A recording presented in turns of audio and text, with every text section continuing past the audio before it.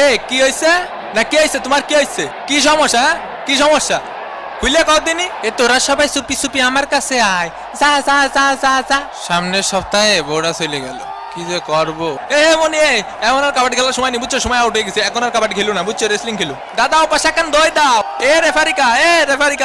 এদিকে একটু শোনেন কা এ কোসি কি কা একটা পেনাল্টি দেন না কা এ শট তুই একদমই কথা কবি নি এ একা একা যাইস নে তোরে শোয়া দেবে নে এ কি তোর সমস্যা কি তোর সমস্যা কি ওটা